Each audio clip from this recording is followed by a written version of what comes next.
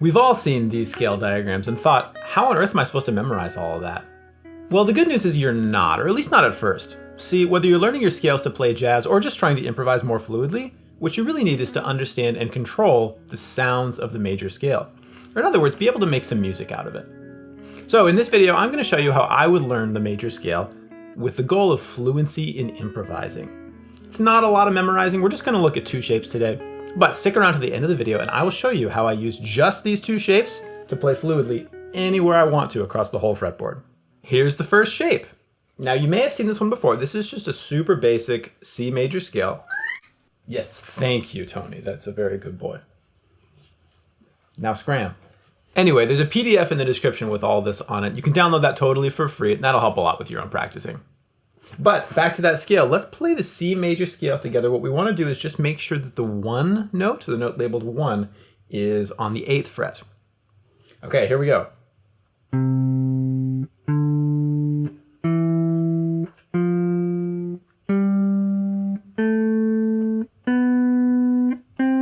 And then practice back down.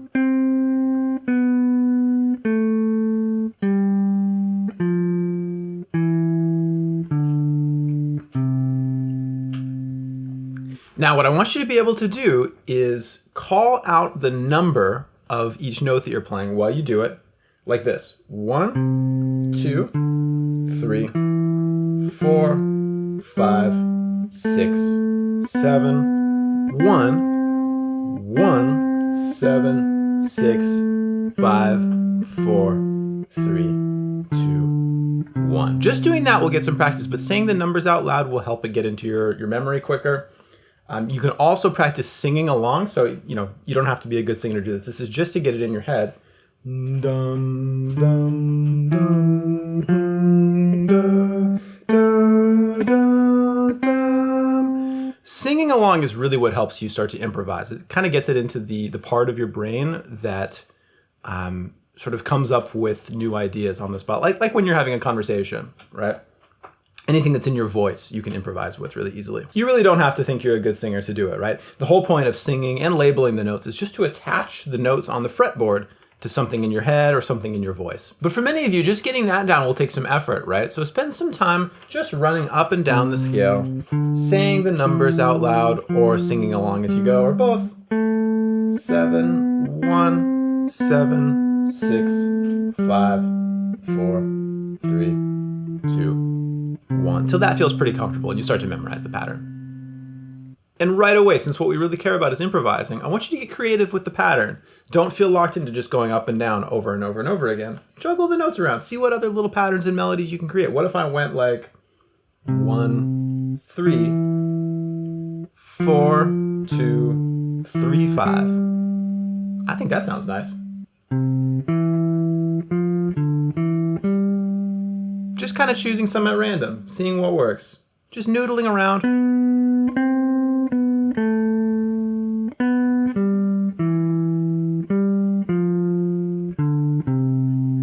Juggling the notes around, making some melodies.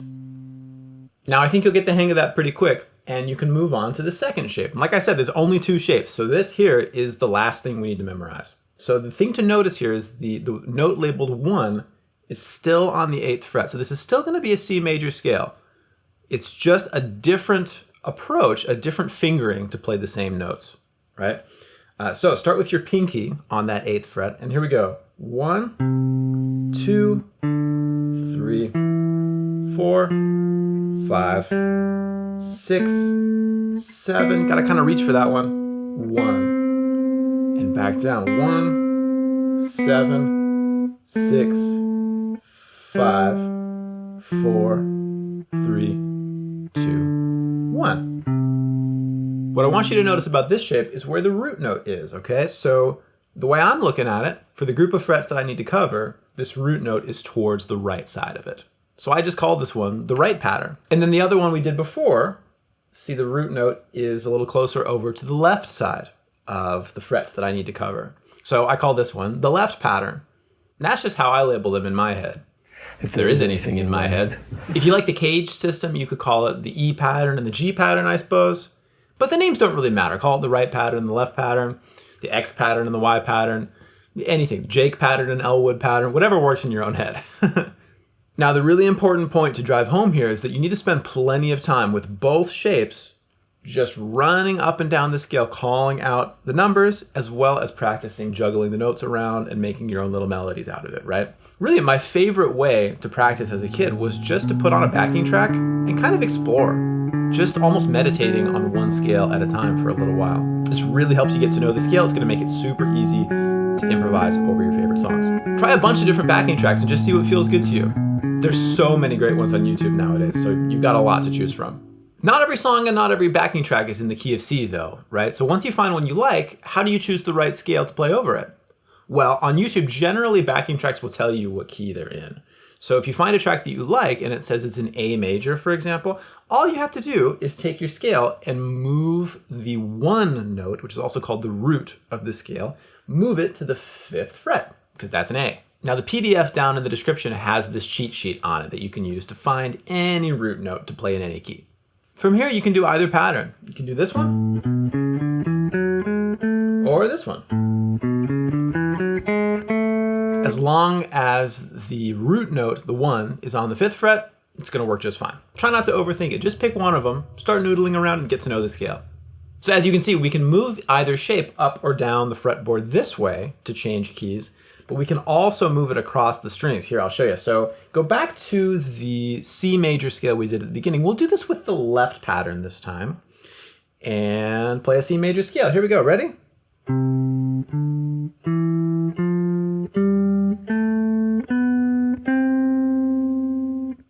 Now I'm gonna ask you to play an F major scale with the left pattern. You can see F is right below or above, however you look at it, on the A string, right? So we just move the whole pattern over, and here's an F major scale.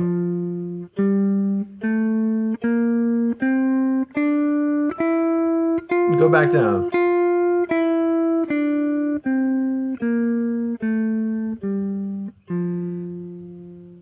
Next, you're going to try the same thing with the right pattern, but first we got to talk about just one important detail. Now, this is the guitar's biggest annoying quirk, and it has to do with the way that the B string is tuned.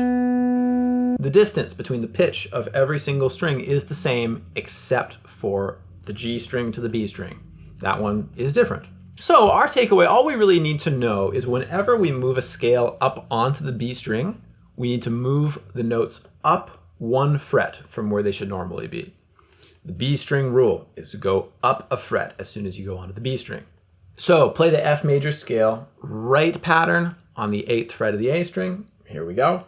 1, 2, 3, 4, 5, 6. Now watch, we're about to go on the B string, so we're going to use the B string rule. We need to move up 1 fret from where they should have been before. 7, 1.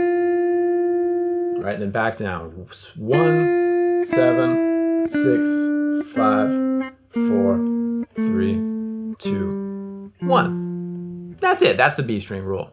Now this B string rule comes up all the time playing the guitar. It's tricky at first, but really it's going to show up so often that you'll get the hang of it, and eventually it's just going to feel natural. You're not going to have to think about it.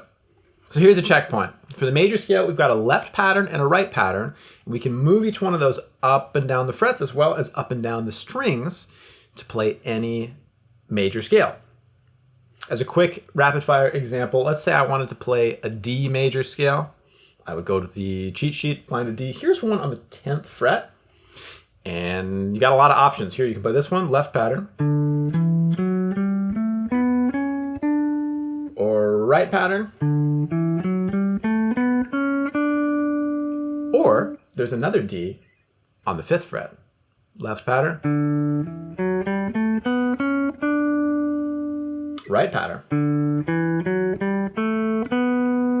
B string rule, whenever you cross onto the B string, go up a fret.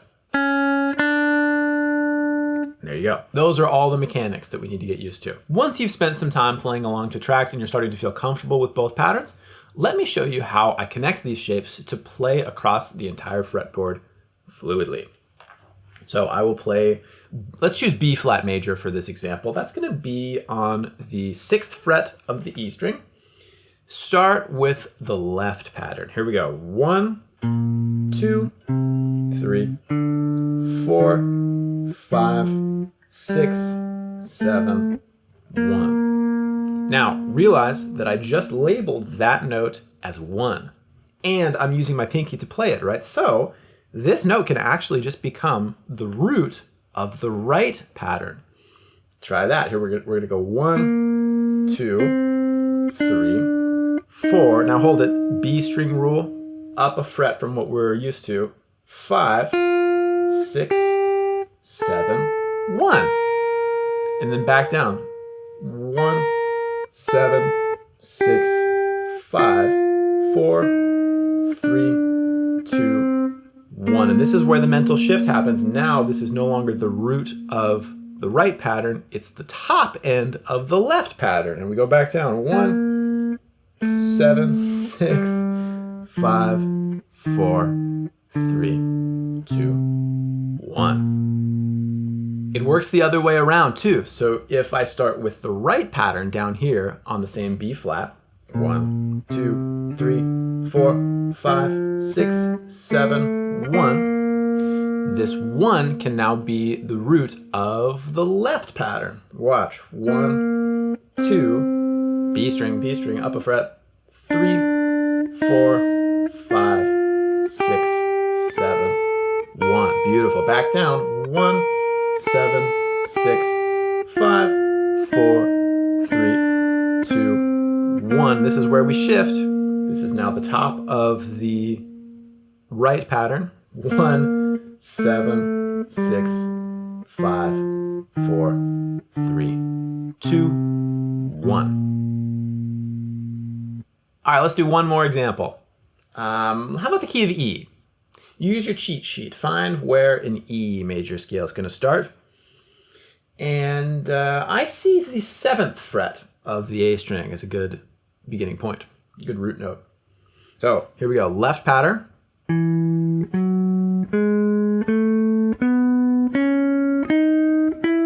And this one, this is where we switch. Now this is the root of the right pattern. We got to do the B string right away. 1, B string, 2, 3, 4, 5, 6, and we run out of room. And that's okay. We just play up to where you can reach, and then you can go back down. 6, 5, 4, 3, 2, 1. That's where the shift happens. 1, 7, 6, 5, 4, 3, 2, 1. Now let's try E starting from the right shape. Here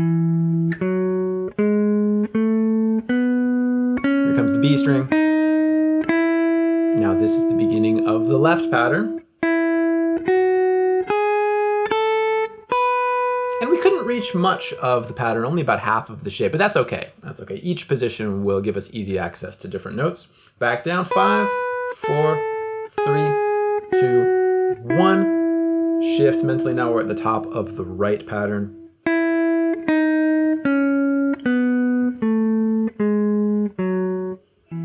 And that's all there is to it.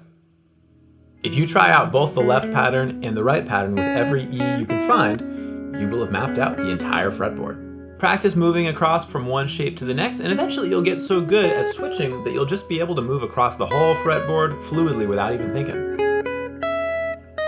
And that's it. You can see there's a lot of music available just with these two shapes. But don't feel like you need to memorize everything at once. I think best practice would be to get comfortable with one pattern at a time, gradually get used to running up and down, maybe try playing in some different keys, get used to dealing with the B string, just internalizing the sounds of the major scale. So I hope you enjoyed discovering the different sounds that are available. Make sure to get the PDF so that you can practice along on your own. Leave me a comment if you've got any questions, and feel free to shoot me an email if you're looking for jazz guitar lessons. Okay, take care and have fun practicing.